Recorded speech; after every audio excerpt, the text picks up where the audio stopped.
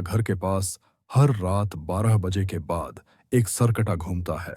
लोग मानते हैं कि वह कोई आम आत्मा नहीं, बल्कि राजा वीर प्रताप का वफादार पहरेदार था।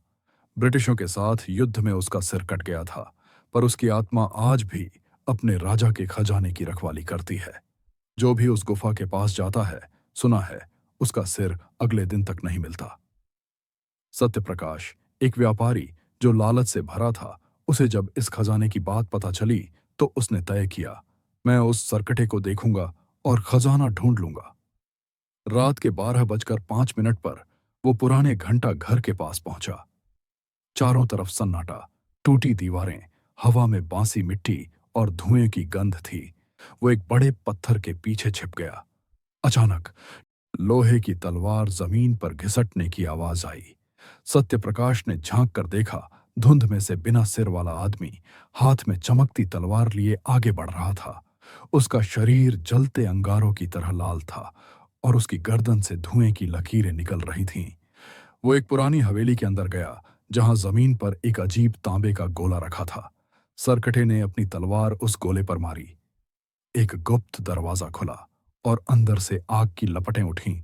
सरकटे ने गहरी आवाज में कहा, रहा रहा, ठंडी छावा। और फिर वो लपटों में समा गया।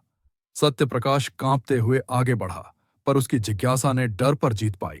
उसने भी वही मंत्र बोला, रहा रहा, ठंडी छावा। लपटें शांत हो गईं। वो पाताल के अंदर चला गया।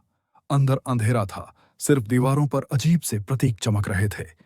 बीच में पड़ा था सोने, चांदी और रत्नों का ढेर, पर उसी के पास जमीन पर पड़ा था एक सिर जो धीरे धीरे हिल रहा था। अचानक सन्नाटे में एक भारी आवाज गूंजी, जो मेरा खजाना चाहता है, उसे अपना सिर देना होगा। सत्यप्रकाश पीछे हटा, पर तभी उसके पीछे दरवाजा अपने आप बंद हो गया। सुबह जब लोगों ने हवेली के पास देखा, तो जमीन पर एक नया धड्डे पद्दा था। उसके शरीर पर वही नीली जैकेट थी जो सत्यप्रकाश हमेशा पहनता था। अब लोग कहते हैं, कानपुर का सरकटा अकेला नहीं रहा। अब वहां 2 सरकटे रात 12 बजे के बाद पहरा देते हैं और दोनों एक ही मंत्र बोलते हैं, रहा रहा, ठंडी छावा। ऐसी और कहानियों के लिए सब्सक्राइब करें फॉर्च्यून टेल्स टीवी।